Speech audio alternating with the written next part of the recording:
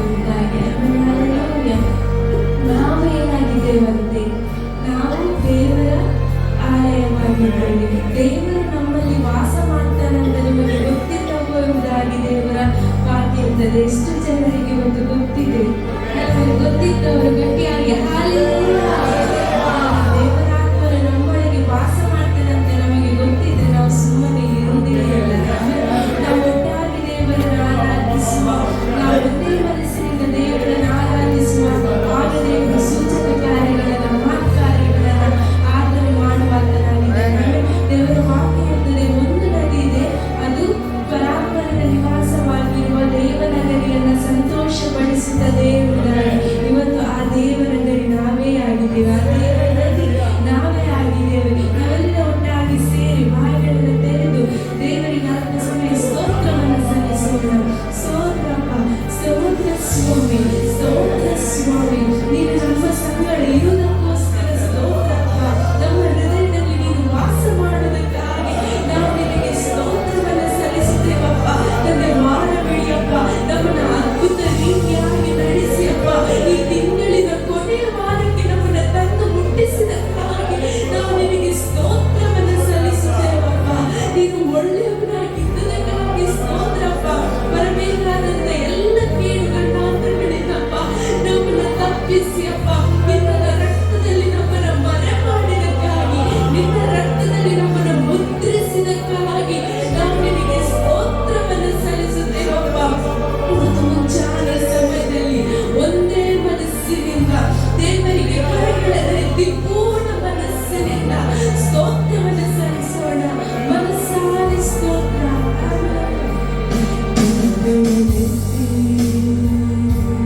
ಪೂರ್ಣ ಹೃದಯದಿಂದ ನಿತ್ಯವೂ ಆರಾಧಿಸುವೆ. ಮೊಳಕಾಲೂರಿ ನಿನ್ನ ಶ್ರೇಷ್ಠ ನಾಮವ ಎಂದೆಂದಿಗೂ ಆರಾಧಿಸುವೆ. ಕರಗಳನ್ನೆತ್ತಿ ಪೂರ್ಣ ಹೃದಯದಿಂದ ನಿತ್ಯವೂ ಆರಾಧಿಸುವೆ. ಮೊಳಕಾಲೂರಿ ನಿನ್ನ ಶ್ರೇಷ್ಠ ನಾಮವ ಎಂದೆಂದಿಗೂ ಆರಾಧಿಸುವೆ. ಆರಾಧಿಸುವೆ ನಿನ್ನ, ಆರಾಧಿಸುವೆ ನಿನ್ನ, ಆರಾಧಿಸುವೆ ನಿನ್ನ ಯೇಸುವೇ. ಸ್ತುತಿಗೆ ಯೋಗ್ಯನು ನೀನೇ, ಮಹಿಮೆಗೆ ಪಾತ್ರನು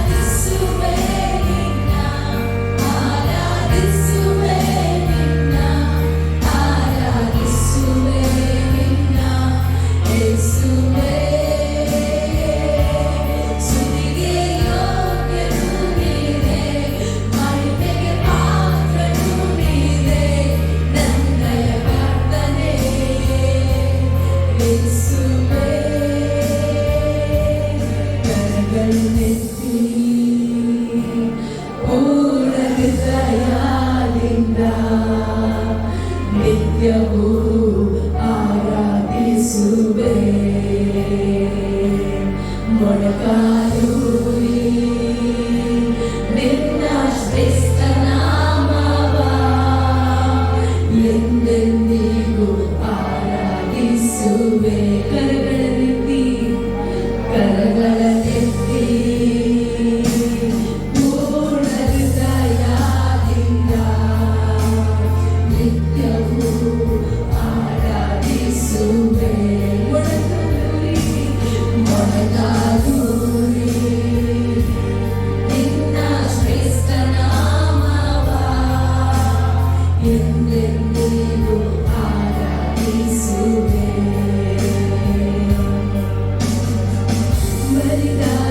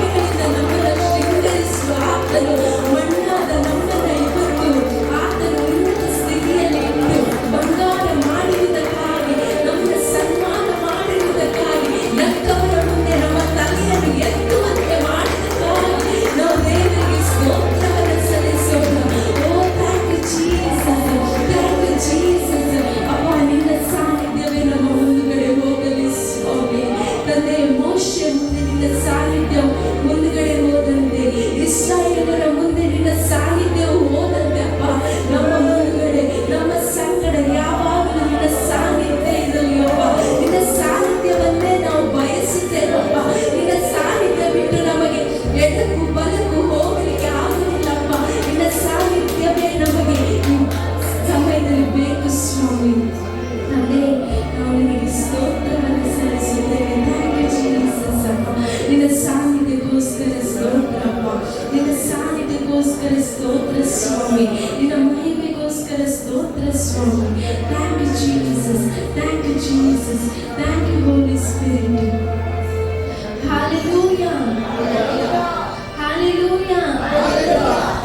ಆಮೆನ್. ದೇವರ ಪರಿಶುದ್ಧವಾದ ನಾಮಕ್ಕೆ ಸ್ತೋತ್ರವಾಗಲಿ.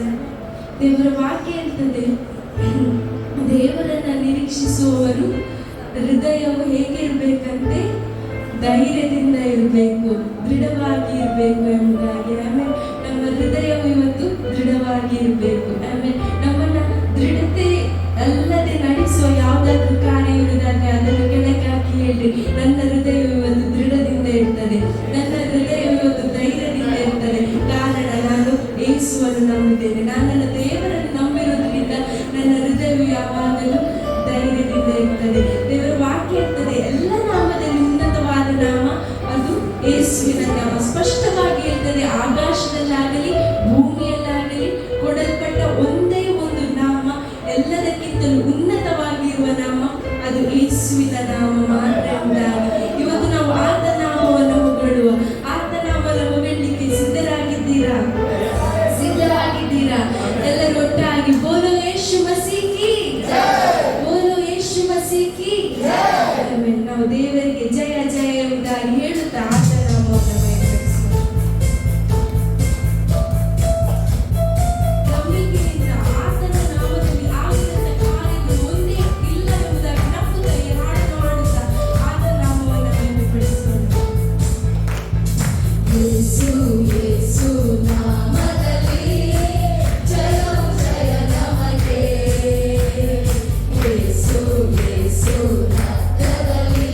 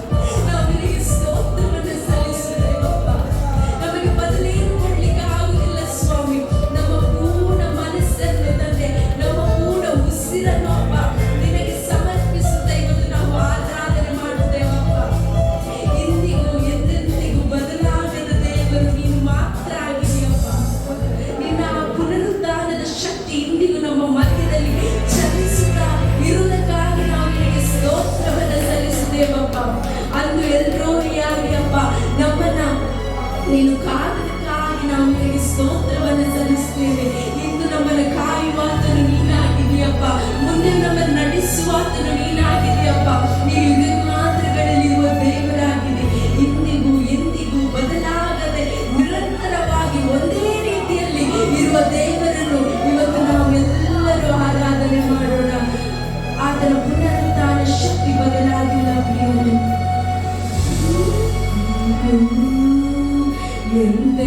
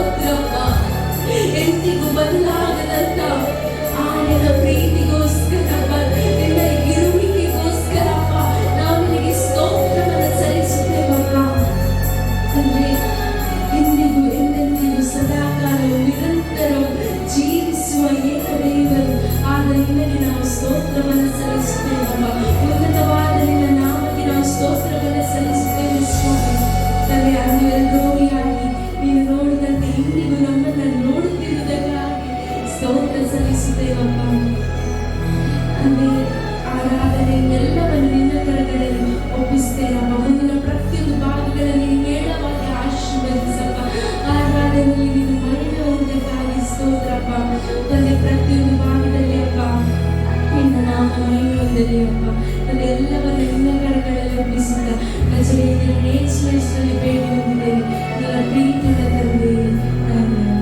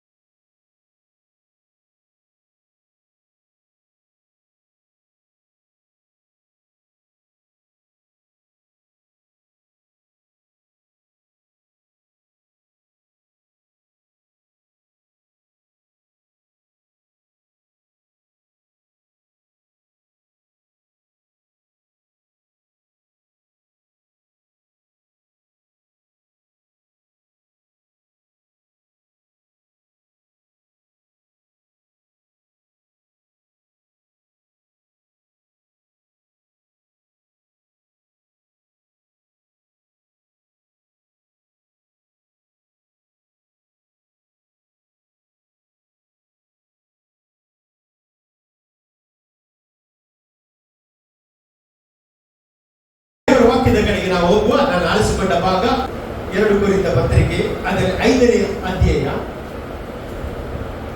ಅದರಲ್ಲಿ 9 ಮತ್ತು 10ನೇ ವಾಕ್ಯವನ್ನು ಯಾರಾದರೂ ಗಟ್ಟಿಯಾದ ಶಬ್ದದಲ್ಲಿ ಓದಬಹುದು. 2 Corinthians chapter verses 5.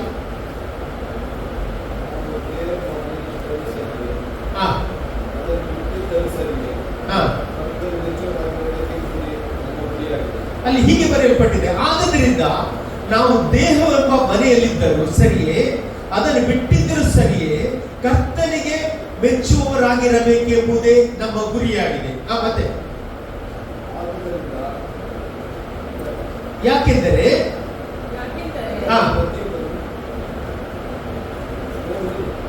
ಪ್ರತಿಯೊಬ್ಬನು ತನ್ನ ದೇಹದ ಮೂಲಕ ನಡೆಸಿದ ಒಳ್ಳೆದಕ್ಕಾಗಲಿ ಕೆಟ್ಟದಕ್ಕಾಗಲಿ ಸರಿಯಾಗಿ ಪ್ರತಿಫಲವನ್ನು ಹೊಂದುವುದಕ್ಕೋಸ್ಕರ ನಾವೆಲ್ಲರೂ ಕ್ರಿಸ್ತನ ನ್ಯಾಯಸ್ಥಾನದ ಮುಂದೆ ಯಥಾಸ್ಥಿತಿಯಲ್ಲಿ ಕಾಣಿಸಿಕೊಳ್ಬೇಕು. Hallelujah, praise the Lord. ಅಲ್ಲಿ ಈ ವಾಕ್ಯವನ್ನು ನಾನು ಸ್ವಲ್ಪ ಆಧಾರ ಮಾಡಿಕೊಂಡು ಇವತ್ತು ನಿಮ್ಮೊಂದಿಗೆ ಮಾತನಾಡಲಿಕ್ಕೆ ಇಷ್ಟಪಡ್ತೇನೆ. ದೇವರ ವಾಕ್ಯ ನಾವೆಲ್ಲರೂ ಕ್ರಿಸ್ತನ ನ್ಯಾಯಸ್ಥಾನದ ಮುಂದೆ ಯಥಾಸ್ಥಿತಿಯಲ್ಲಿ ಕಾಣಿಸಿಕೊಳ್ಬೇಕು. ಇವತ್ತು ನನ್ನ ಪ್ರಶ್ನೆ, ದೇವರ ಮಕ್ಕಳಿಗೆ ನ್ಯಾಯ ತೀರ್ಪು ಉಂಟಾ? ಇಲ್ಲಿ ಸ್ಪಷ್ಟವಾಗಿ ಅಪೊಸ್ತಲನಾದ ಪೌಲನು ಕೊರಿಂಥ ಸಭೆಯಲ್ಲಿ ಮಾತನಾಡ್ತಾ ಇದ್ದಾನೆ. ಏನ್ ಮಾತನಾಡ್ತಾನೆ ಅಂತ ಹೇಳಿದ್ರೆ, ನಾವು ದೇವರಿಗೆ ಯಾವಾಗ ಸಹ ಮೆಚ್ಚಿಸುವ ಕಾರ್ಯವನ್ನು ಮಾಡಬೇಕು. ನಾನು ಹೇಳ್ತೀನಿ, ಇವತ್ತು ನಿಮ್ಮನ್ನು ನೋಡಿ ದೇವರು ಮೆಚ್ಚುತ್ತಾನೆ. ಹಲ್ಲೆಲೂಯಾ, ನೀವು ಎಲ್ಲವನ್ನು ಬಿಟ್ಟು ದೇವರ ಸಮ್ಮುಖದಲ್ಲಿ ಬಂದಿದ್ದೇವೆ. ಎಷ್ಟು ನಂಬ್ತೀರಿ? ಹಲ್ಲೆಲೂಯಾ. ಇವತ್ತು ದೇವರಿಗೆ ಮೆಚ್ಚುಗೆ ಆದದ್ದು, ನಿಮ್ಮ ಆರಾಧನೆ ದೇವರಿಗೆ ಮೆಚ್ಚುಗೆ ಆದದ್ದು, ಅಲ್ಲಿ ನಿಮ್ಮ ಪ್ರೀತಿ ದೇವರಿಗೆ ಮೆಚ್ಚುಗೆ ಆದದ್ದು. ಅಲ್ಲಿ ನಾವು ಮೊದಲು ದೇವರಿಗೆ ಕೊಡಬೇಕು, ಮತ್ತೆ ಉಳಿದದೆಲ್ಲ ಕಾರ್ಯಗಳು. ನಾವು ಮೊದಲು ದೇವರ ಸಾನ್ನಿಧ್ಯಕ್ಕೆ, ಉಳಿದದೆಲ್ಲ ದೇವರು ನಡೆಸ್ತಾನೆ. ಅಲ್ಲಿ ದೇವರಿಗೆ ಕೊಟ್ಟು ತೆಗೆದುಕೊಳ್ಳುವವರು ಯಾರು ಎಂಬುದಾಗಿ ವಾಕ್ಯ ಇರ್ತದೆ. ಇವತ್ತು ನಮ್ಮನ್ನೇ ದೇವರಿಗೆ ಕೊಡುವ ಪ್ರಿಯರೇ. ಹಲ್ಲೆಲೂಯಾ. ಈ ಒಂದು ಅಧ್ಯಾಯವನ್ನು ಕಲಿಯುವಾಗ ನೀವು ನೋಡಿ, 5ನೇ ಅಧ್ಯಾಯದಲ್ಲಿ ಕಲಿಯುವಾಗ ಅಲ್ಲಿ ದೇವರು ನಮಗೆ ಏನು ಸಿದ್ಧಪಡಿಸಿದ್ದಾರೆ ಎಂಬುದಾಗಿ ಅಲ್ಲಿ ಬರೆಯಲ್ಪಟ್ಟಿದೆ. ಹಲ್ಲೆಲೂಯಾ. ಹಾಗಾದ್ರೆ ದೇಹದಲ್ಲಿ ಇರುವಾಗ ಸಹ ನಾವು ಯಾರನ್ನು ಮಹಿಮೆಪಡಿಸ್ತೇವೆ? ಕ್ರಿಸ್ತನನ್ನು ಮಹಿಮೆಪಡಿಸ್ತೇವೆ. ದೇಹ ಬಿಟ್ಟ ನಂತರ ಸಹ ನಾವು ಯಾರನ್ನು ಮಹಿಮೆಪಡಿಸ್ತೇವೆ? ದೇವರನ್ನು ಮಹಿಮೆಪಡಿಸ್ತೇವೆ. Hallelujah, praise the Lord. ನಮಗೆ ಒಂದು ನಿರೀಕ್ಷೆ ಅಂತ ಹೇಳಿದ್ರೆ, ಕರ್ತನನ್ನು ಯಾವಾಗಲೂ ನಾವು ನೋಡುವವರಾಗಿದ್ದೇವೆ. ಅಲ್ಲಿ ಈ ಭೂಮಿಯಲ್ಲಿ ಸಹ ನಾವು ಆತನನ್ನು ಯಾವಾಗಲೂ ಸಾನ್ನಿಧ್ಯವನ್ನು ನೋಡುತ್ತೇವೆ. ಅಲ್ಲಿ ಪರಲೋಕದಲ್ಲಿ ಆತನನ್ನು ಮುಖಾಮುಖಿ ನಾವು ಕಾಣುವವರಾಗಿದ್ದೇವೆ. ಹಾಗಾದ್ರೆ ಮರಣದ ನಂತರ ಸಹ ಏನುಂಟು? ಅದು ಜೀವಿತ ಉಂಟು. ಇವತ್ತು ಅನೇಕರಿಗೆ ಏನು ಮರಣದ ನಂತರ ಜೀವಿತ ಉಂಟು ಅಂತ ಗೊತ್ತಿಲ್ಲ. ದೇವರ ವಾಕ್ಯ ಇರ್ತದೆ, ಹಾಗೆ ಇಲ್ಲದಿದ್ರೆ ನೀವು ಉಂಡಿರಿ, ಕುಡಿಯಿರಿ, ಎಲ್ಲಿ ಏನ್ ಬೇಕಾದ್ರೂ ಎಲ್ಲ ಮಾಡಿ. ಅಲ್ಲಿ ಆದ್ರೆ ಇವತ್ತು ನಮಗೆ ಗೊತ್ತುಂಟು, ಮರಣದ ನಂತರ ಒಂದು ಜೀವಿತ ಉಂಟು, ಅನಂತ ಜೀವಿತ ಉಂಟು. ಅಲ್ಲಿ ನಮಗೊಂದು ನ್ಯಾಯ ತೀರ್ಪು ಉಂಟು. ಇದರ ವಿಷಯವಾಗಿ ಇಲ್ಲಿ ಹೇಳ್ತಾ ಉಂಟು ಪ್ರಿಯರೇ. ಹಲ್ಲೆಲೂಯಾ. ಅದಕ್ಕೆ ನೋಡಿ, ಎಲ್ಲರೂ ಕ್ರಿಸ್ತನ ಎದುರು ಏನ್ ಮಾಡ್ಬೇಕಂತೆ? ನಾವು ನಿಂತುಕೊಳ್ಬೇಕಂತೆ. ನಾವೆಲ್ಲರೂ ಕ್ರಿಸ್ತನ ನ್ಯಾಯಸ್ಥಾನದ ಮುಂದೆ ಯಥಾಸ್ಥಿತಿಯಲ್ಲಿ ಏನ್ ಮಾಡ್ಬೇಕು? ಕಾಣಿಸಿಕೊಳ್ಬೇಕು. ಯಥಾಸ್ಥಿತಿ ಅಂತ ಹೇಳಿದ್ರೆ ಅಲ್ಲಿ ನಿನಗೆ ಏನಿಲ್ಲ, ಆಪ್ಷನ್ ಇಲ್ಲ, ಇದ್ದ ಹಾಗೆ. ಹಲ್ಲೆಲೂಯಾ. ಏನು ಹಿಡ್ಕೊಂಡು ಹೋಗ್ಲಿಕ್ಕೆ ಇಲ್ಲ. ಹೇಗೆ ಉಂಟು ಹಾಗೆ ನಾವು ನಿಲ್ಲುವಾಗ ದೇವರು ನಮಗೆ ಅಲ್ಲಿ ತೀರ್ಪು ಮಾಡ್ತಾರೆ. ಹಲ್ಲೆಲೂಯಾ. ನೀವು ಅಪೊಸ್ತಲ ಕೃತ್ಯ 10ನೇ ಅಧ್ಯಾಯ 42ನೇ ವಾಕ್ಯದಲ್ಲಿ ನೀವು ನೋಡೋದಾದ್ರೆ, ಅಪೊಸ್ತಲ ಕೃತ್ಯ 10ನೇ ಅಧ್ಯಾಯ 42ನೇ ವಾಕ್ಯವನ್ನು ನೀವು ಗಮನಿಸೋದಾದ್ರೆ, ಅಲ್ಲಿ ಪೇತ್ರನು ಕೊರ್ನೇಲನ ಆ ಮನೆಯವರ ಜೊತೆ ಮಾತನಾಡುವಾಗ ಒಂದು ಸುಂದರವಾದ ಮಾತು ಹೇಳ್ತಾನೆ. ಏನದು? ಆತನೇ ಜೀವಿತರಿಗೆ ಸತ್ತವರಿಗೂ ನ್ಯಾಯಾಧಿಪತಿ ಆಗಿದ್ದಾರೆ. ಯಾರು? ಯೇಸು ಸ್ವಾಮಿ. ಸತ್ತವರಿಗೆ ಸಹ ಜೀವಿತರಿಗೆ ಸಹ. ಹಾಗಾದ್ರೆ ಹೇಳ್ರಿ, ನನಗೆ ನ್ಯಾಯಾಧಿಪತಿ ಯಾರಾಗಿದ್ದಾರೆ? ಕ್ರಿಸ್ತನೇ ಆಗಿದ್ದಾರೆ. ಹಲ್ಲೆಲೂಯಾ. ನಾವೆಲ್ಲರೂ ಒಂದು ದಿವಸ ಆತನ ಮುಂದೆ ನಿಲ್ಬೇಕು ತೀರ್ಪಿಗೋಸ್ಕರ. ನೋಡಿ, ಇಬ್ರಿಯ ಬರೆದ ಪತ್ರಿಕೆ 9ನೇ ಅಧ್ಯಾಯ 27ನೇ ವಾಕ್ಯ ನೀವು ಗಮನಿಸುವುದಾದ್ರೆ, ಇಬ್ರಿಯ ಬರೆದ ಪತ್ರಿಕೆ 9ನೇ ಅಧ್ಯಾಯ 27ನೇ ವಾಕ್ಯ. ಅಲ್ಲಿ ನೋಡಿ, ದೇವರ ವಾಕ್ಯ ಒಂದೇ ಸಾರಿ ಸಾಯುವುದು, ಆಮೇಲೆ ನ್ಯಾಯ ತೀರ್ಪು. ಮನುಷ್ಯರಿಗೆ ಹೇಗೆ ನೇಮಕವಾಗಿದೆಯೋ ಹಾಗೆಯೇ ಕ್ರಿಸ್ತನು ಸಹ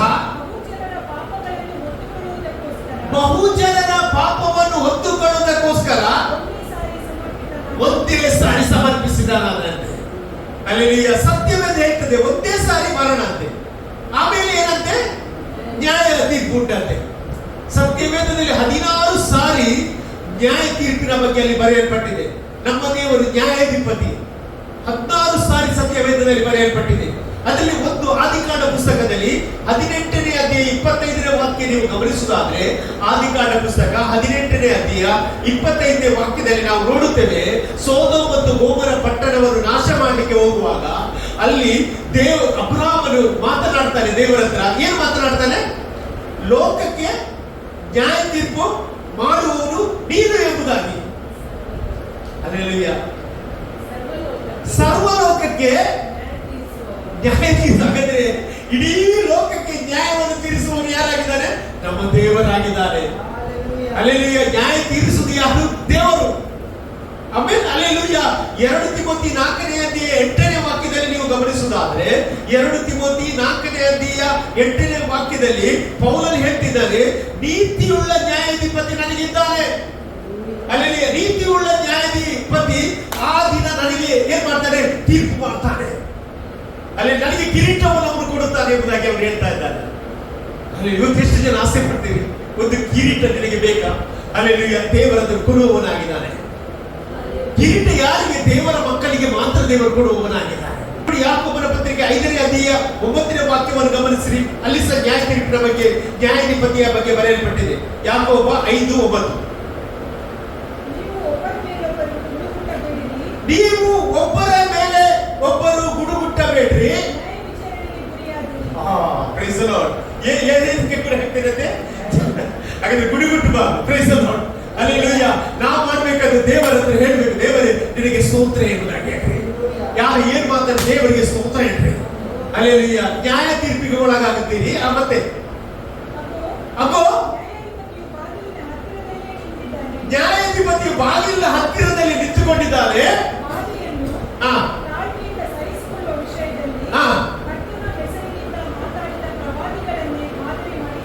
ನೋಡಿ, ಈ ನ್ಯಾಯಾಧಿಪತಿ ಎಲ್ಲಿದ್ದಾರಂತೆ? ಬಾಗಿಲ ಬಳಿಯಲ್ಲಿ ನಿಂತುಕೊಂಡಿದ್ದಾರಂತೆ. ಯಾಕೋಬನು ತನ್ನ ಪತ್ರಿಕೆಯಲ್ಲಿ ಅವರು ಬರೆಯುತ್ತಾ ಇದ್ದಾರೆ. ಹಲ್ಲೆಲೂಯಾ. ಹಾಗಾದ್ರೆ ಇವತ್ತು ನಾನು ಹೇಳ್ತೇನೆ, ಎಲ್ಲರೂ ನ್ಯಾಯಾಧಿಪತಿಯ ಮುಂದೆ ನಿಲ್ಬೇಕು. 3 ರೀತಿಯ ನ್ಯಾಯ ತೀರ್ಪಿನ ಬಗ್ಗೆ ಸತ್ಯವೇದ ಬರೆಯಲ್ಪಡುತ್ತದೆ. 3 ರೀತಿಯ ನ್ಯಾಯ ತೀರ್ಪು. ಒಂದು judgement of sheep and goats, ಅಂದ್ರೆ ಮತ್ತಾಯನ ಬರೆದ ಸುವಾರ್ತೆ 25ನೇ ಅಧ್ಯಾಯ 31ನೇ ವಾಕ್ಯದಲ್ಲಿ ನೀವು ಕಾಣಲಿಕ್ಕೆ ಸಾಧ್ಯ. ಏನಂತ ಹೇಳಿದ್ರೆ, ಒಂದು ನ್ಯಾಯ ತೀರ್ಪು ಯಾವಾಗ ಮಾಡ್ತಾರೆ ಅಂತ ಹೇಳಿದ್ರೆ, ದೇವರು ಏನ್ ಮಾಡ್ತಾರೆ? ಆಡು ಮತ್ತು ಕುರಿಯನ್ನು ಏನ್ ಮಾಡ್ತಾರೆ? ಬೇರ್ಪಡಿಸುವುದು. ಅದೊಂದು ನ್ಯಾಯ ತೀರ್ಪು ಆಗಿದೆ. ಆಮೇಲೆ ಈ ನ್ಯಾಯ ತೀರ್ಪು ಯಾವಾಗ ಗೊತ್ತುಂಟಾ? ಸೆಕೆಂಡ್ ಕಮ್ಮಿಂಗ್ ಆದ ನಂತರ ಅಲ್ಲಿ ದೇವರು ಮಾಡುವ ಕಾರ್ಯ. ನೀವು ಓದಿ ನೋಡ್ರಿ, ಮತ್ತಾಯನ ಬರೆದ ಸುವಾರ್ತೆ 25ನೇ ಅಧ್ಯಾಯ 31ನೇ ವಾಕ್ಯದಿಂದ. ಇದಲ್ಲದೆ ಮನುಷ್ಯ ಕುಮಾರನು ತನ್ನ ಮಹಿಮೆಯಿಂದ ಎಲ್ಲ ದೇವದೂತರೊಂದಿಗೆ ಕೂಡಿ ಬರುವಾಗ ಏನಂತೆ? ತನ್ನ ಮಹಿಮೆಯ ಸಿಂಹಾಸನದಲ್ಲಿ ಕೂತ್ಕೊಳ್ಳುತ್ತಾನೆ. ಆಮೇಲೆ ಮತ್ತೆ ನೋಡಿ, ಅಲ್ಲಿ ನೋಡಿ, ಎಲ್ಲಾ ದೇಶದ ಜನರು ಆತನ ಮುಂದೆ ಏನ್ ಮಾಡ್ತಾರೆ? ಹಾಗಾದ್ರೆ ಎಲ್ಲರೂ ಯಾರ ಮುಂದೆ ಕೂತ್ಕೊಳ್ಬೇಕು? ಯೇಸು ಕ್ರಿಸ್ತನ ಮುಂದೆ, ದೇವರ ಮುಂದೆ ಕೂತ್ಕೊಳ್ಬೇಕು. ಮತ್ತೆ ಕುರುಬನು ಆಡುಗಳನ್ನು, ಕುರಿಗಳನ್ನು ಬೇರೆ ಬೇರೆ ಮಾಡುವ ಪ್ರಕಾರ ಆತನು ಅವರನ್ನು ಬೇರೆ ಬೇರೆ ಮಾಡಿ, ಕುರಿಗಳನ್ನು ಏನಂತೆ? ತನ್ನ ಬಲಗಡೆಯಲ್ಲಿ, ಆಡುಗಳನ್ನು ಎಡಗಡೆಯಲ್ಲಿ ನಿಲ್ಲಿಸುತ್ತಾನೆ. ಆಗ ಅರಸನು ತನ್ನ ಬಲಗಡೆಯಲ್ಲಿ ಇರುವವರಿಗೆ, ನನ್ನ ತಂದೆಯ ಆಶೀರ್ವಾದ ಹೊಂದಿದವರೇ ಬನ್ನಿರಿ, ಲೋಕಾದಿಯಿಂದ ನಿಮಗೋಸ್ಕರ ಸಿದ್ಧ ಮಾಡಿದ ರಾಜ್ಯವನ್ನು ಸ್ವಾಸ್ಥ್ಯವಾಗಿ ತೆಗೆದುಕೊಳ್ಳಿರಿ. ನಾನು ಹಸಿದಿದ್ದೆನು, ನನಗೆ ಊಟಕ್ಕೆ ಕೊಟ್ಟಿರಿ. ನಾನು ಬಾಯಾರಿದ್ದೆನು, ನೀವು ಕುಡಿಯುವುದಕ್ಕೆ ಕೊಟ್ಟಿರಿ. ಪರದೇಶಿಯಾಗಿದ್ದೆನು, ನನ್ನನ್ನು ಸೇರಿಸಿಕೊಂಡಿರಿ. ಉಡುವುದಕ್ಕೆ ಕೊಟ್ಟಿರಿ. ರೋಗದಲ್ಲಿ ಬಿದ್ದಿದ್ದೆನು, ನನ್ನನ್ನು ಆರೈಕೆ ಮಾಡುವುದಕ್ಕೆ ಬಂದಿರಿ. ನನ್ನ ನೋಡುವುದಕ್ಕೆ ಬಂದಿರಿ. ಹೇಳುವರು. ಅದಕ್ಕೆ ನೀತಿವಂತರು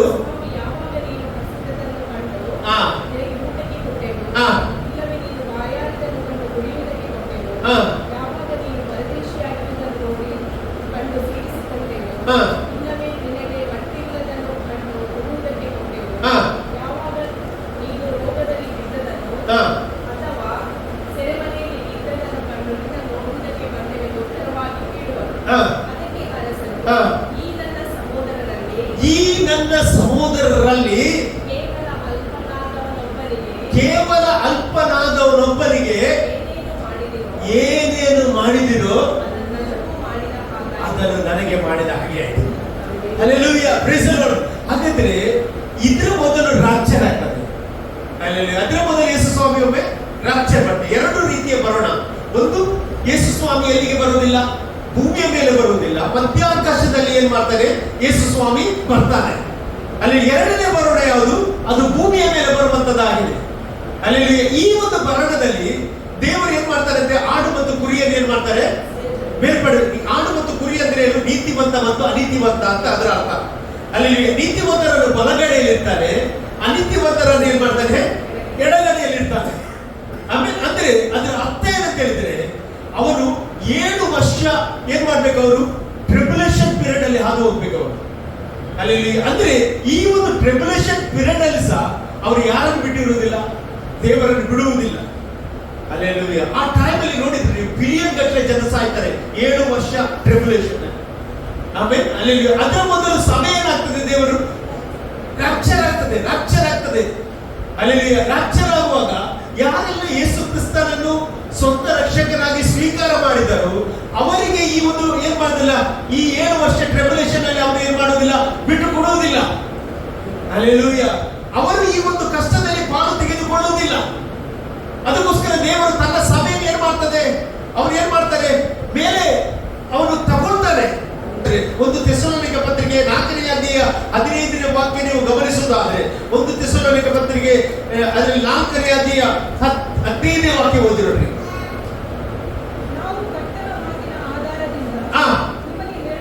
ನಿಮಗೆ ಹೇಳುವುದೇನೆಂದರೆ,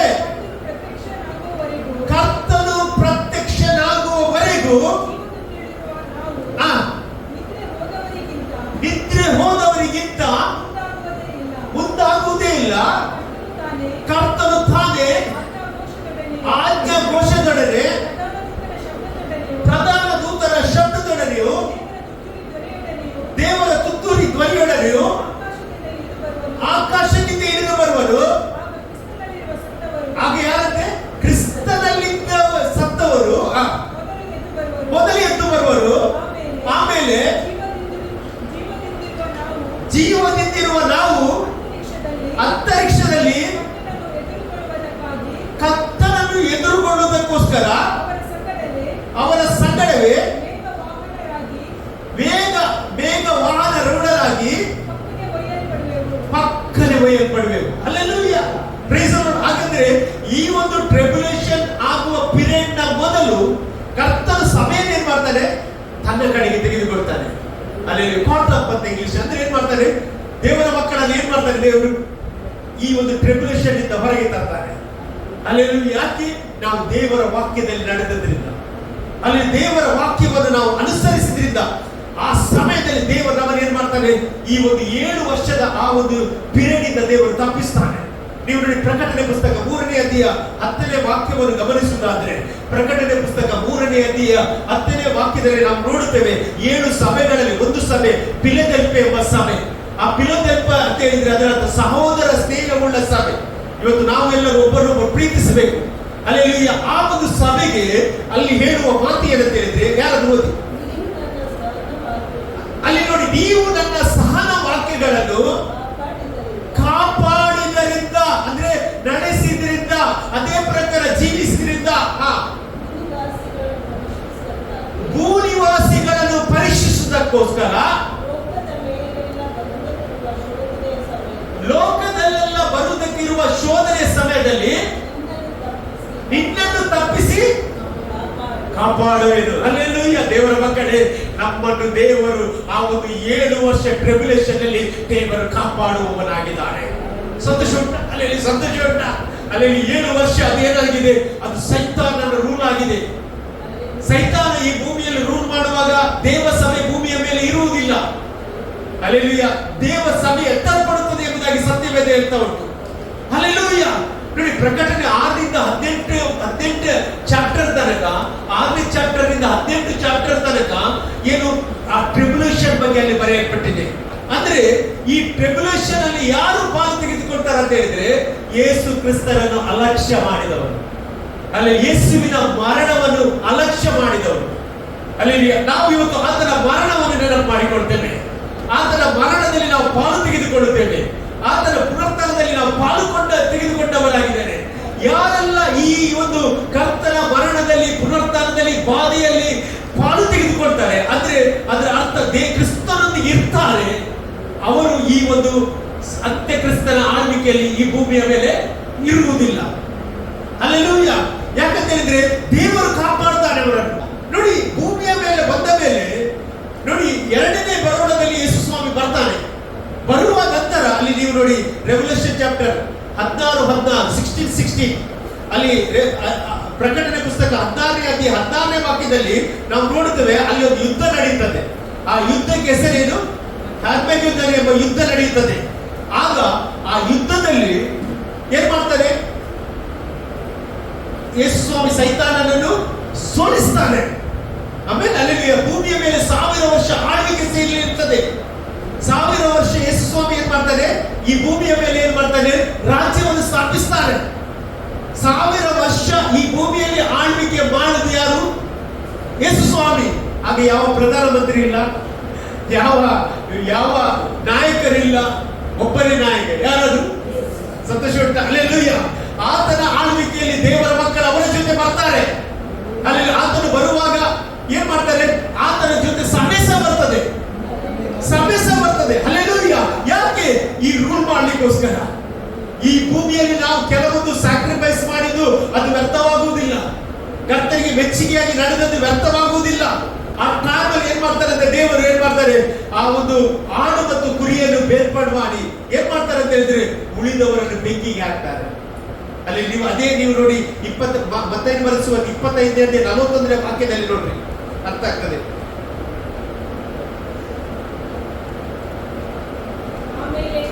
ಆಮೇಲೆ ಆತನು ಯಾರನ್ನು? ಎಡಗಡೆಯಲ್ಲಿರುವವರು. ಯಾರದು? ಆಡು ಅಂದ್ರೆ ಯಾರು? ಅನೀತಿವಂತರು.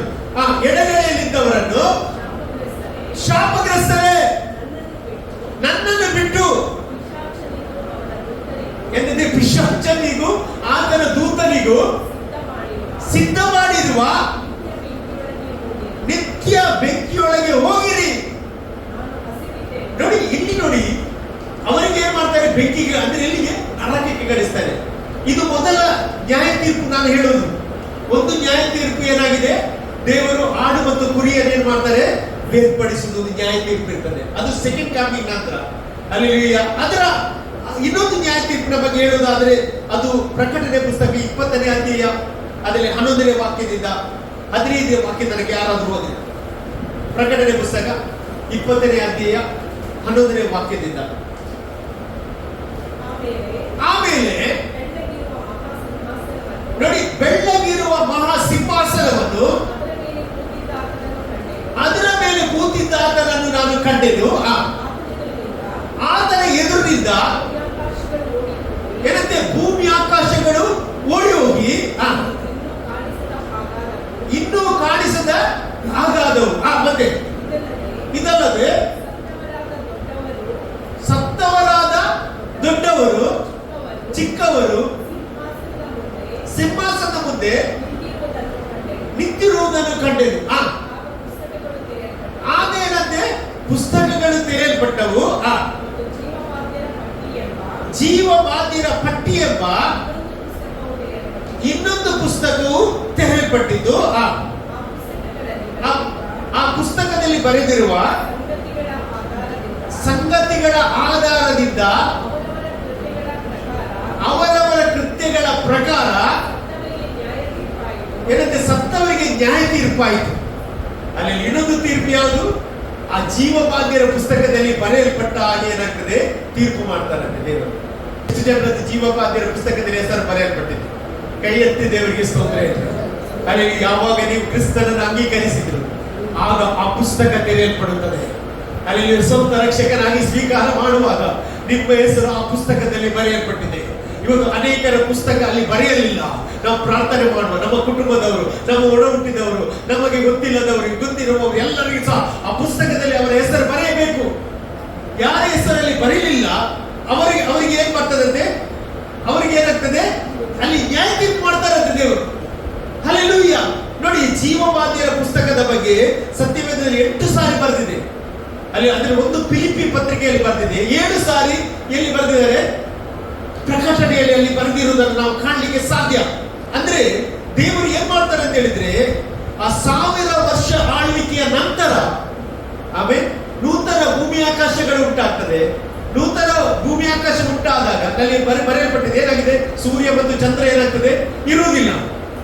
ಆ ಟೈಮಲ್ಲಿ ಬೆಳಕಾಗಿ ಯಾರಿರ್ತಾರೆ, ಯೇಸು ಸ್ವಾಮಿ ಇರ್ತಾರೆ. ಬೆಳಕಾಗಿ ಯೇಸು ಸ್ವಾಮಿ ಇರ್ತಾರೆ.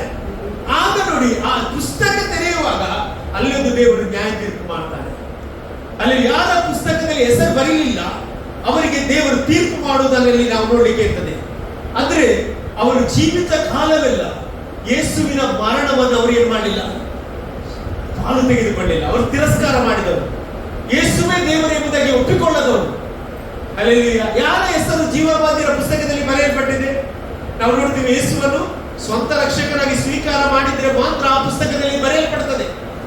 ಅಲ್ಲಿ ಆದ್ರೆ ಯಾರ ಹೆಸರು ಬರೀಲಿಲ್ಲ ಅವರಿಗೆಲ್ಲ ಏನಾಗ್ತದಂತೆ, ನ್ಯಾಯ ತೀರ್ಪು ಆಗ್ತದೆ. ಅಲ್ಲಿ ದೇವರು ಈ ಭೂಮಿಯಲ್ಲಿ ಏನ್ ಮಾಡ್ಬೇಕಂತ ದೇವರ ಕೋಪದಿಂದ ಹೊರಗೆ ತರಲಿಕ್ಕೆ ಅನೇಕ ಪ್ಲಾನ್ ಗಳನ್ನು ಮಾಡಿದ. ಅಲ್ಲಿ ದೇವರಿಗೆ ಯಾರಿಗೆ ಏನ್ ಮಾಡಬಾರ್ದು, ಶಿಕ್ಷೆ ಆಗಬಾರ್ದಂತ ಆಸೆ ಇತ್ತು. ಆದ್ರೆ ಈ ಶಿಕ್ಷೆಗೆ ಪಾತ್ರರಾಗಲಿಕ್ಕೆ ಕಾರಣ ಏನು, ಯೇಸು ಕ್ರಿಸ್ತನನ್ನು ಅವರು ನಿರಾಕಾರ ಮಾಡಿದರು. ನೀವು ನೋಡಿ, 1 ಥೆಸಲೋನಿಕ ಪತ್ರಿಕೆ 5ನೇ ಅಧ್ಯಾಯ 9ನೇ ವಾಕ್ಯ ಓದುವುದಾದ್ರೆ ಅಲ್ಲಿ ದೇವರು ಮಾಡಿದ ಕಾರ್ಯಗಳ ಬಗ್ಗೆ ನೋಡ್ಲಿಕ್ಕೆ ಸಾಧ್ಯವಾಗ್ತದೆ. 1 ಥೆಸಲೋನಿಕ ಪತ್ರಿಕೆ 5ನೇ ಅಧ್ಯಾಯ 9ನೇ ವಾಕ್ಯ.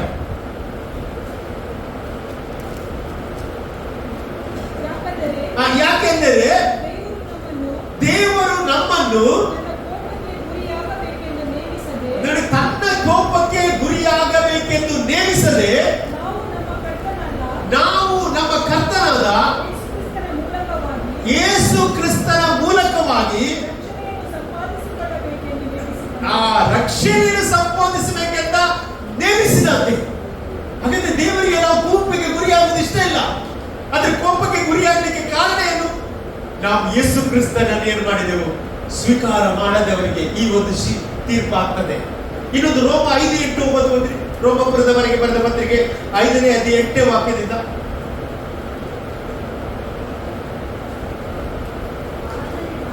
ಆದರೆ ನಾವು ಪಾಪಿಗಳಾಗಿದ್ದಾಗ್ಯೂ ಕ್ರಿಸ್ತನು ನಮಗೋಸ್ಕರ ಪ್ರಾಣ ಕೊಟ್ಟದ್ರಲ್ಲಿ ದೇವರು ನಮ್ಮ ಮೇಲೆ ಸಿದ್ಧಾಂತಪಡಿಸ್ತಾರಂತೆ. ದೇವರು ನಮಗಿರುವ ಪ್ರೀತಿಯನ್ನು ಪ್ರೂವ್ ಮಾಡಿದ್ದಾರೆ, ಕಲ್ವಾರಿ ಕ್ರೂಜಿಯಲ್ಲಿ ಪ್ರೂವ್ ಮಾಡಿದ್ದಾರೆ. ಮತ್ತೆ ಈಗ ನಾವು ಆತನ ರಕ್ತದಿಂದ ನಾವು ಏನಾಗಿದ್ದೇವೆ, ನೀತಿವಂತರಾಗಿರಲಾಗಿ ಆತನ ಮೂಲಕ ಬರುವ ಕೋಪಕ್ಕೆ ತಪ್ಪಿಸಿಕೊಳ್ಳುವುದು ಮತ್ತು ನಿಶ್ಚಯವೇ. Hallelujah, praise the Lord. ನಾವು ಆತನ ತೀರ್ಪಿಗೆ ನಾವು ಏನಾಗುವುದಿಲ್ಲ, ಆ ಕೋಪದ ತೀರ್ಪಿಗೆ ನಾವು ಗುರಿಯಾಗುವವರಲ್ಲ. 1 ಥೆಸಲೋನಿಕ 1:10 ಓದಿ ನೋಡಿ. 1 ಥೆಸಲೋನಿಕ ಪತ್ರಿಕೆ 1ನೇ ಅಧ್ಯಾಯ 10ನೇ ವಾಕ್ಯ. ಇದೆಲ್ಲ ದೇವರ ಕೋಪದ ಬಗ್ಗೆ ಬರೆಯಲ್ಪಟ್ಟಿದೆ. 1 ಥೆಸಲೋನಿಕ 1:10. ಆತನು ಸತ್ತೊಳಗಿಂದ ಎಬ್ಬಿಸಿದಂತ ಆಕಾಶದೊಳಗೆ ಬರುವಂತ ಆತನ ಕುಮಾರನನ್ನು ಆ ಯೇಸು ಯಾರಂತೆ, ಮುಂದೆ ಬರುವ ದೈವ ಕೋಪದಿಂದ ತಪ್ಪಿಸು. ಯೇಸು ಮಾತ್ರ ತಪ್ಪಿಸುವವನು, ಬೇರೆ ಯಾರು ತಪ್ಪಿಸಲಿಕ್ಕೆ ಸಾಧ್ಯವೇ ಇಲ್ಲ. ಸ್ಪಷ್ಟವಾಗಿ ದೇವರ ವಾಕ್ಯ ಹೇಳ್ತದೆ ಅಂತ ಹೇಳಿದ್ರೆ, ಯೇಸು ನಮ್ಮನ್ನು ಏನ್ ಮಾಡ್ತಾರೆ, ಎಲ್ಲ ಕೋಪದಿಂದ ತಪ್ಪಿಸುವವನಾಗಿದ್ದಾನೆ. 2 ಪೇತ್ರ 2:9 ನೋಡಿ. 2 ಪೇತ್ರ 2:9.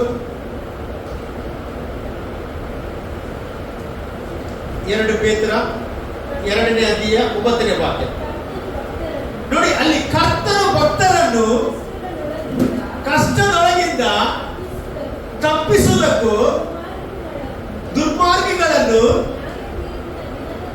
ನೋಡಿ ನ್ಯಾಯ ತೀರ್ಪಿನ ದಿನದ ತನಕ ಶಿಕ್ಷಾನುಭವದಲ್ಲಿ ಇಡುವುದಕ್ಕೂ ಬಲ್ಲವನಾಗಿದ್ದಾನೆ. ಹಲ್ಲೆಲೂಯಾ. ಇದೆಲ್ಲ ಏನ್ ತೋರ್ತದೆ ಅಂತ ಹೇಳಿದ್ರೆ, ದೇವರ ಕೋಪದಿಂದ ದೇವರು ರಕ್ಷಿಸಲಿಕ್ಕೆ ಪ್ಲಾನ್ ಮಾಡಿದ. ಆದ್ರೆ ಅವರು ಏನ್ ಮಾಡಿದ್ರು? ಆ ಪ್ಲಾನ್ ಅನ್ನೆಲ್ಲ ಏನ್ ಮಾಡಿದ್ರು? ನಿರಾಕರಿಸಿದ್ರು. ಇವತ್ತೆಷ್ಟು ಜನ ದೇವರನ್ನು ನಿರಾಕರಿಸದೆ ಆತನಲ್ಲಿ ಗೊತ್ತಿದ್ದೀರಿ. ಯೋಹಾನ ಬರೆದ ಸುವಾರ್ತೆ 5ನೇ ಅಧ್ಯಾಯ 24ನೇ ವಾಕ್ಯ ನೀವು ಗಮನಿಸುವುದಾದ್ರೆ, ಯೋಹಾನ ಬರೆದ ಸುವಾರ್ತೆ 5ನೇ ಅಧ್ಯಾಯ 24ನೇ ವಾಕ್ಯ ನೀವು ಗಮನಿಸುವುದಾದ್ರೆ, ಅಲ್ಲಿ ಹೀಗೆ ಬರೆಯಲ್ಪಟ್ಟಿದೆ, ನನ್ನ ವಾಕ್ಯವನ್ನು ಕೇಳಿ ನನ್ನನ್ನು ಕಳಿಸಿದ ಕೊಟ್ಟಾತನನ್ನು ನಂಬುವವನು ನಿತ್ಯ ಜೀವ ಹೊಂದುವವನಾಗಿದ್ದಾನೆ. ಅವನು ತೀರ್ಪಿಗೆ ಗುರಿಯಾಗುವುದಿಲ್ಲ, ಮರಣದಿಂದ ಪಾರಾಗಿ ಜೀವ ಹೊಂದುತ್ತಾನೆ ಅಂತ. ಹಾಗಾದ್ರೆ ಯಾರು ತೀರ್ಪಿಗೆ ಗುರಿಯಾಗುವುದಿಲ್ಲ? ಯೇಸು ಕ್ರಿಸ್ತನನ್ನು ರಕ್ಷಕನಾಗಿ ಸ್ವೀಕಾರ ಮಾಡಿದವನು ಯಾವುದಕ್ಕೆ ಗುರಿಯಾಗುವುದಿಲ್ಲ? ತೀರ್ಪಿಗೆ ಗುರಿಯಾಗುವುದಿಲ್ಲ. ಆದ್ರೆ ಇಲ್ಲಿ ಪೌಲನು 2 ಕೊರಿಂಥ 9ನೇ ಅಧ್ಯಾಯ 10ನೇ ವಾಕ್ಯದಲ್ಲಿ ಅವರು ಬರೆದಿದ್ದಾರೆ ಏನಂತ ಹೇಳಿದ್ರೆ, ಎಲ್ಲರೂ ನ್ಯಾಯಸ್ಥಾನದ ಮುಂದೆ ನಿಲ್ಬೇಕು ಎಂಬುದಾಗಿ. ಇವರು ಯಾವ ವಿಷಯದಲ್ಲಿ ದೇವರ ಮುಂದೆ ನ್ಯಾಯಸ್ಥಾನದಲ್ಲಿ ನಿಲ್ಬೇಕಂತ ಹೇಳಿದ್ರು? ಏನಂತ ಹೇಳಿದ್ರೆ, ಈ ನ್ಯಾಯ ತೀರ್ಪು ಯಾಕೆ ಅಂತ ಹೇಳಿದ್ರೆ, ಈ ನ್ಯಾಯ ತೀರ್ಪು ನಮಗೆ ಬಿರುದು ಕೊಡ್ಲಿಕ್ಕೆ. ಎಷ್ಟು ಜನ ನಂಬ್ತೀರಿ? ಹಲ್ಲೆಲೂಯಾ. ಕೋಪದಲ್ಲ, ಬಿರುದು ಕೊಡ್ಲಿಕ್ಕೆ. ನೀನು ಮಾಡಿದ ಒಳ್ಳೆದಕ್ಕೆ ಬಿರುದು ಕೊಡ್ಲಿಕ್ಕೆ ಅವನು ವಿಸ್ತಾರ ಮಾಡ್ತಾನೆ. ಎಷ್ಟು ಜನ ಆಸೆ ಪಡ್ತೀರಿ, ನನಗೊಂದು ದೇವರು ಬಿರುದು ಕೊಡ್ತಾನೆ? ದೇವರ ಮಕ್ಕಳಿಗೆ ಮಾತ್ರ ಬಿರುದು. ಅದಕ್ಕೆ ಪೌಲನ ಪತ್ರಿಕೆಯಲ್ಲಿ ಮಾಡ್ತಾರೆ, ನಾವು ಬಾಡಿ ಹೋಗದ ಜಯಮಾಲೆಯನ್ನು ಹೊಂದುವವರಾಗಿದ್ದೇವೆ. 5 ರೀತಿಯ ಜಯಮಾಲ ಸತ್ಯವೇದದಲ್ಲಿ ಬರೆಯಲ್ಪಟ್ಟಿದೆ. 5 ಜಯಮಾಲೆ ದೇವರು ಕೊಡುವವನಾಗಿದ್ದಾನೆ. ಸತ್ಯವೇದ ಸ್ಪಷ್ಟವಾಗಿ ಹೇಳ್ತದೆ ಏನಂತ ಹೇಳಿದ್ರೆ, ರಕ್ಷಣೆಯು ಅದು ನಮ್ಮ ಒಳ್ಳೆ ಕ್ರಿಯೆಯಿಂದ ಅಲ್ಲ, ದೇವರ ಕೃಪೆಯಿಂದಲೇ. ಆದ್ರೆ ಸತ್ಯವೇದ ಹೇಳ್ತದೆ, ದೇವರಿಗೆ ಮೆಚ್ಚಿಸುವ ಕಾರ್ಯ ಮಾಡಿದವನಿಗೆ ಆತನು ಬಹುಮಾನವನ್ನು ಕೊಡುತ್ತಾನೆ ಎಂದಾಗಿ. ಅಲ್ಲಿ ಅದಕ್ಕೋಸ್ಕರ ನಾವು ಆತನ ಸನ್ನಿಧಾನದಲ್ಲಿ ನಾವು ನಿಲ್ಲುವವರಾಗಿದ್ದೇವೆ. ಪ್ರಕಟಣೆ 14:13 ಹೇಳ್ತದೆ, ಪರಲೋಕದಲ್ಲಿ ಒಂದು ಶಬ್ದ ಕೇಳಿದರು, ಇಂದಿನಿಂದ ಕ್ರಿಸ್ತನ ಸದ್ಭಕ್ತರಾಗಿ ಸಾಯುವವರು ಧನ್ಯರು, ಅವರ ಕಷ್ಟ ತೀರಿ ಹೋಯಿತು, ಅವರ ಸುಕೃತ್ಯಗಳು ಅವರ ಹಿಂಪಾಲಿಸುತ್ತದೆ ಎಂಬುದಾಗಿ ಅಲ್ಲಿ ವಾಕ್ಯ ಅಂತ ಉಂಟು. ಅಲ್ಲಿ 1 ಕೊರಿಂಥ ಪತ್ರಿಕೆ 3ನೇ ಅಧ್ಯಾಯ ಅದರಲ್ಲಿ 12ನೇ ವಾಕ್ಯ ನೀವು ಗಮನಿಸುವುದಾದ್ರೆ, 1 ಕೊರಿಂಥ 3ನೇ ಅಧ್ಯಾಯ 12ನೇ ವಾಕ್ಯ ನೀವು ಗಮನಿಸುವುದಾದ್ರೆ, ಅಲ್ಲಿ ಹೀಗೆ ಬರೆಯಲ್ಪಟ್ಟಿದೆ, ಅಸ್ಥಿವಾರದ ಮೇಲೆ ಕಟ್ಟಿದವನಿಗೆ ದೇವರು ಬಹುಮಾನ ಕೊಡುತ್ತಾರೆ ಎಂದಾಗಿ. ಯಾವುದರ ಮೇಲೆ? ಅಸ್ಥಿವಾರದ ಮೇಲೆ. ಯಾರು ಅಸ್ಥಿವಾರ? ಯೇಸು ಕ್ರಿಸ್ತನಾಗಿದ್ದಾರೆ. ಅಲ್ಲಿ ಈ ಯೇಸು ಕ್ರಿಸ್ತನ ಅಸ್ಥಿವಾರದ ಮೇಲೆ ನಾವು ಏನ್ ಮಾಡ್ತೇವೋ ಅದಕ್ಕೆ ದೇವರು ಪ್ರತಿಫಲ ಕೊಡ್ತಾನೆ. ಎಷ್ಟು ಜನ ನಂಬ್ತೀರಿ? ಇವತ್ತು ನಿಮಗೊಂದು ರಿವಾರ್ಡ್ ದೇವರು ಕೊಡ್ಲಿಕ್ಕೆ ಹೋಗ್ತಾನೆ. ಅದು ಬೆಂಕಿ ಶೋಧಿಸ್ತದೆ ಅಂತೆ. ಅದು ಉಳಿದ್ರೆ ಅವರಿಗೆ ಬಹುಮಾನ ಬರ್ತದೆ, ಅದು ನಷ್ಟವಾದ್ರೆ ಅವರಿಗೆ ಏನಾಗ್ತದೆ? ಬಹುಮಾನ ನಷ್ಟವಾಗ್ತದೆ. ಅದು ನಷ್ಟವಾಗ್ತದೆ, ಆದ್ರೆ ಎಲ್ಲ ರಕ್ಷಣೆ ಹೊಂದುತ್ತಾರೆ. ಅಲ್ಲಿ ರಕ್ಷಣೆ ಹೊಂದುತ್ತಾರೆ ಅಂದ್ರೆ ಏನು ಗೊತ್ತಿಲ್ಲ, ಅವರಿಗೆ ತೀರ್ಪಾಗುವುದಿಲ್ಲ. ಅಲ್ಲಿ ಯೇಸು ಕ್ರಿಸ್ತನು ಅಲ್ಲಿ ಬಹುಮಾನ ಕೊಡ್ತಾನೆ. ಅಲ್ಲಿ ಇವತ್ತು ಎಷ್ಟು ಜನ ಆಸೆ ಪಡ್ತೀರಿ, ನನಗೊಂದು ಬಹುಮಾನ ಬೇಕು, ನನಗೆ ರಕ್ಷಣೆ ಹೊಂದಿದ್ರೆ ಸಾಕಾಗುವುದಿಲ್ಲ, ನನಗೊಂದು ಬಹುಮಾನ ಬೇಕು. ಎಷ್ಟು ಜನ ಆ ಬಹುಮಾನಕ್ಕೋಸ್ಕರ ದೇವರಲ್ಲಿ ಆಸೆ ಪಡ್ತಾ ಇದ್ದಾರೆ? ನೀನು ಮಾಡಿದ ಈ ಭೂಮಿಯಲ್ಲಿ ಒಳ್ಳೆಯ ಕಾರ್ಯಗಳಿಗೆ ದೇವರಲ್ಲಿ ರಿವಾರ್ಡ್ ಕೊಡ್ತಾನೆ. ನಾನು ಬಲವಾಗಿ ನಂಬ್ತೇನೆ. ಅದಕ್ಕೆ ಕ್ರೈಸ್ತರಿಗೆ ನ್ಯಾಯ ತೀರ್ಪು ಇಲ್ಲ, ದೇವರ ಮಕ್ಕಳಿಗೆ ನ್ಯಾಯ ತೀರ್ಪು ಇಲ್ಲ. ತೀರ್ಪು ಇರುವುದು ಒಂದಕ್ಕೆ, ಆತನ ಬಹುಮಾನ ಕೊಡ್ಲಿಕ್ಕೋಸ್ಕರ. ಆತನ ಮುಂದೆ ನಾವು ನಿಲ್ಲುವಾಗ ನಿನ್ನನ್ನು ಹೇಳ್ಬೇಕು, ಬಲೆ ನಂಬಿಗಸ್ತನಾದ ಆಳು, ಬಲೆ ನಂಬಿಗಸ್ತನಾದ ಓ ನನ್ನ ಮಗಳೇ ಮಗನೇ ಎಂಬುದಾಗಿ ಹೇಳಿ ಅವರು ಬಹುಮಾನ ಕೊಡ್ಲಿಕ್ಕೆ ಇಷ್ಟಪಡ್ತಾ ಇದ್ದಾರೆ. ನಾನು ಬಲವಾಗಿ ನಂಬ್ತೇನೆ. ಹಲ್ಲೆಲೂಯಾ. ಇವತ್ತು ನಮಗೊಂದು ದೇವರೊಂದು ಶ್ರೇಷ್ಠವಾದ ವಾಗ್ದಾನ ಇಟ್ಟಿದ್ದಾನೆ. ದೇವರನ್ನು ನರಕದಿಂದ ತಪ್ಪಿಸ್ತಾನೆ. ನಮಗೆ ಪರಲೋಕದಲ್ಲಿ ಆತನ ಸನ್ನಿಧಾನದಲ್ಲಿ ನಾವು ನಿಲ್ಲುವವರಾಗಿದ್ದೇವೆ. ಅಲ್ಲಿ ನಾವೆಲ್ಲ ದೇವರ ಸಮ್ಮುಖದಲ್ಲಿ ಎದ್ದು ನಿಲ್ಲುವ. ಎಷ್ಟು ಜನ ಈ ವಾಕ್ಯಕ್ಕೋಸ್ಕರ ದೇವರಿಗೆ ಸ್ತೋತ್ರ ಹೇಳ್ತೇನೆ? ನಾನು ಬಲವಾಗಿ ನಂಬ್ತೇನೆ. ಹಲ್ಲೆಲೂಯಾ. ನಮಗೊಂದು ನಿರೀಕ್ಷೆ ಇದೆ. ಅದು ಸಾಧಾರಣ ನಿರೀಕ್ಷೆ ಅಲ್ಲ, ಅದು ದೇವರಿಗಿರುವ ನಿರೀಕ್ಷೆ. ಈ ಭೂಮಿಯಲ್ಲಿ ದೇಹವಿರುವಾಗ ಸಹ, ದೇಹ ಬಿಟ್ಟರೆ ಸಹ ನಾವು ಆತನೊಂದಿಗೆ ಇರುವವರಾಗಿದ್ದೇವೆ. ಈ ಬಿಡಾರ ಕಿತ್ತುವುದು ಸಹ ನಮಗೆ ಪರಲೋಕದಲ್ಲಿ ಒಂದು ಬಿಡಾರ ಇದೆ ಎಂಬುದಾಗಿ ವಾಕ್ಯ ಹೇಳ್ತಾ ಉಂಟು. ಅದು ಕೈಯಿಂದ ಕಟ್ಟಿದಲ್ಲ, ಅದು ನಿತ್ಯವೂ ಇರುವಂತ ಒಂದು ಬಿಡಾರವಾಗಿದೆ. ಎಷ್ಟು ಜನ ಇವತ್ತು ಸಂತೋಷ ಪಡ್ತೀವಿ? ನಾವು ಎಲ್ಲ ಆಸೆ ಪಡುವುದು ಅಲ್ಲಿಗೆ ಹೋಗ್ಲಿಕ್ಕೆ. ಈ ಲೋಕದಲ್ಲಿ ನಾವು ಪ್ರಯಾಣಿಕರು. ಈ ಪ್ರಯಾಣದಲ್ಲಿ ಏನೆಲ್ಲ ದೇವರಿಗೆ ಮೆಚ್ಚುಗೆ ಆದ ಕಾರ್ಯ ಮಾಡಿ ಅದಕ್ಕೆ ದೇವರು ನಿನಗೊಂದು ಬಹುಮಾನ ದೇವರು ಇಟ್ಟಿದ್ದಾರೆ. Hallelujah. Thank you Jesus. ಆ ಕರೆಕ್ಟ್ ದೇವರಿಗೆ ಸ್ತೋತ್ರ ಹೇಳು. Thank you Lord. ಬರಿದಾದ ಈ ಬಾಳನ್ನು ಕೃಪೆಯಿಂದ ತುಂಬಿಸಿರುವೆ, ನಕ್ಕವರ ಮುಂದೆಯೇ ಘನವಾಗಿ ಇಟ್ಟಿರುವೆ. ಬರಿದಾದ ಈ ಬಾಳನ್ನು ಕೃಪೆಯಿಂದ ಶೃಂಗರಿಸಿರುವೆ, ನಕ್ಕವರ ಮುಂದೆಯೇ ಘನವಾಗಿ ಇಟ್ಟಿರುವೆ. ಮಣ್ಣಾದ ನನ್ನನ್ನು ಭಕ್ತರ ಮಾಡಿರುವೆ, ನಿನ್ನಂತೆ ಪ್ರೀತಿಸಲು ಯಾರೂ ಇಲ್ಲ. ಮಣ್ಣಾದ ನನ್ನನ್ನು ಭಕ್ತರ ಮಾಡಿರುವೆ, ನಿನ್ನಂತೆ ಪ್ರೀತಿಸಲು ಯಾರೂ ಇಲ್ಲ. ಆರಾಧಿಸುವೆ ನಿನ್ನ, ಆರಾಧಿಸುವೆ ನಿನ್ನ, ಆರಾಧಿಸುವೆ ನಿನ್ನ ಯೇಸುವೇ. ಸ್ತುತಿಗೆ ಯೋಗ್ಯನು ನೀನೇ, ಮಹಿಮೆಗೆ ಪಾತ್ರನು ನೀನೇ, ತಂದೆಯ ತಂದನೇ ಯೇಸುವೇ. ಆರಾಧಿಸುವೆ ನಿನ್ನ, ಆರಾಧಿಸುವೆ ನಿನ್ನ, ಆರಾಧಿಸುವೆ ನಿನ್ನ ಯೇಸುವೇ. ಸ್ತುತಿಗೆ ಯೋಗ್ಯನು ನೀನೇ, ಮಹಿಮೆಗೆ ಪಾತ್ರನು ನೀನೇ, ತಂದೆಯ ತಂದನೇ ಯೇಸುವೇ. ಎಷ್ಟು ಜನ ನಂಬ್ತೀರಿ ಒಂದು ದೇವರ ವಾಕ್ಯವನ್ನು? ಸತ್ಯವೇದ ಸ್ಪಷ್ಟವಾಗಿ ಇರ್ತಾರೆ, ಕ್ರಿಸ್ತನಲ್ಲಿದ್ದವರಿಗೆ ಅಪರಾಧ ನಿರ್ಣಯ ಇಲ್ಲವಿಲ್ಲ. ಆ ಕೋಪದಿಂದ ನಾವು ತಪ್ಪಿಸಿಕೊಳ್ತೇವೆ. ಅಲ್ಲಿ ಒಂದು ನ್ಯಾಯ ತೀರ್ಪು ಯಾಕಂತ ಹೇಳಿದ್ರೆ ಅದು ರಿವಾರ್ಡ್ ಕೊಡ್ಲಿಕ್ಕೆ, ಬಹುಮಾನ ಕೊಡ್ಲಿಕ್ಕೆ. ಆತನು ಒಬ್ಬೊಬ್ಬರಿಗೆ ಒಂದೊಂದು ಕಿರೀಟವನ್ನು ಕೊಡುತ್ತಾನೆ. ನಾವು ಪ್ರಕಟಣೆಯಲ್ಲಿ ನಾವು ನೋಡ್ತೀವಿ 24 ಹಿರಿಯರು ಆ ಕಿರೀಟವನ್ನು ಏನ್ ಮಾಡ್ತಾರೆ ಅಂತ ಹೇಳಿದ್ರೆ ಯೇಸುವಿನ ಪಾದಕ್ಕೆ ಇದ್ದಾರೆ. ಅಂದ್ರೆ ಈ ಕಿರೀಟ ನಾನೆಲ್ಲ ಸಂಪಾದನೆ ಮಾಡಿದ್ದು, ನೀನು ಕೊಟ್ಟದ್ದು ನನಗೆ. ನಿನ್ನ ಕೃಪೆಯಲ್ಲಿ ನಾನು ಒಳ್ಳೆ ಕಾರ್ಯ ಮಾಡಿದ್ದು, ಒಳ್ಳೆ ಕಾರ್ಯ ಮಾಡಲಿಕ್ಕೆ ನಾನಲ್ಲ, ನೀನು ನನಗೆ ಪ್ರೇರೇಪಿಸಿದ್ದು. ನನ್ನ ಜೀವಿತದಲ್ಲಿ ನೀನು ಬಂದದ್ರಿಂದ ಈ ಕಾರ್ಯ ನನ್ನಿಂದ ಆಯಿತು. Thank you Lord. ಕರ್ತನೇ, ನಿನ್ನ ಮಕ್ಕಳಿಗೆ ಮಾತನಾಡಲಿಕ್ಕೆ ಸ್ತೋತ್ರಪ್ಪ. ನಿನ್ನ ಮರಣದ ಸಮಯದಲ್ಲಿ ನಾವೆಲ್ಲರೂ ಒಳ್ಳೆ ಕಾರ್ಯ ಮಾಡುವಂತೆ, ನೀನು ಮೆಚ್ಚುವ ಕಾರ್ಯ ಮಾಡುವಂತೆ ನಮ್ಮನ್ನು ಬಲಪಡಿಸಿ ನಡೆಸುತ್ತೇವೆ. ಇಲ್ಲಿ ಬಂದು ಎಲ್ಲ ಮಕ್ಕಳನ್ನು ಆಶೀರ್ವಾದ ಮಾಡಿ, ಎಲ್ಲ ನ್ಯಾಯ ತೀರ್ಪದಿಂದ ಕೋಪದಿಂದ ಬಿಡಿಸಿದ್ದೇವೆ. ನಮ್ಮ ನಿನ್ನ ಮಹಿಮೆಯ ಸಾನ್ನಿಧ್ಯದಲ್ಲಿ ನಿಲ್ಲಿಸಿದ್ದಕ್ಕೆ ಸ್ತೋತ್ರಪ್ಪ. ದೇವರೇ, ಎಲ್ಲವೂ ನಿಮ್ಮ ಕರಗಳಿಗೆ ಒಪ್ಪಿಸಿ ಪ್ರಾರ್ಥನೆ. ಮಹಿಮೆ ನಿನಗೆ ಯೇಸುವಿನ ನಾಮದಲ್ಲಿ ಬೇಡುವುದೇನೆ ತಂದೆಯೇ, ಆಮೆನ್. ಹಲ್ಲೆಲೂಯದೊಂದಿಗೆ ಅಂತ್ಯ ಆಶೀರ್ವಾದ ಪಡೆದುಕೊಳ್ಳುವ. Thank you Jesus.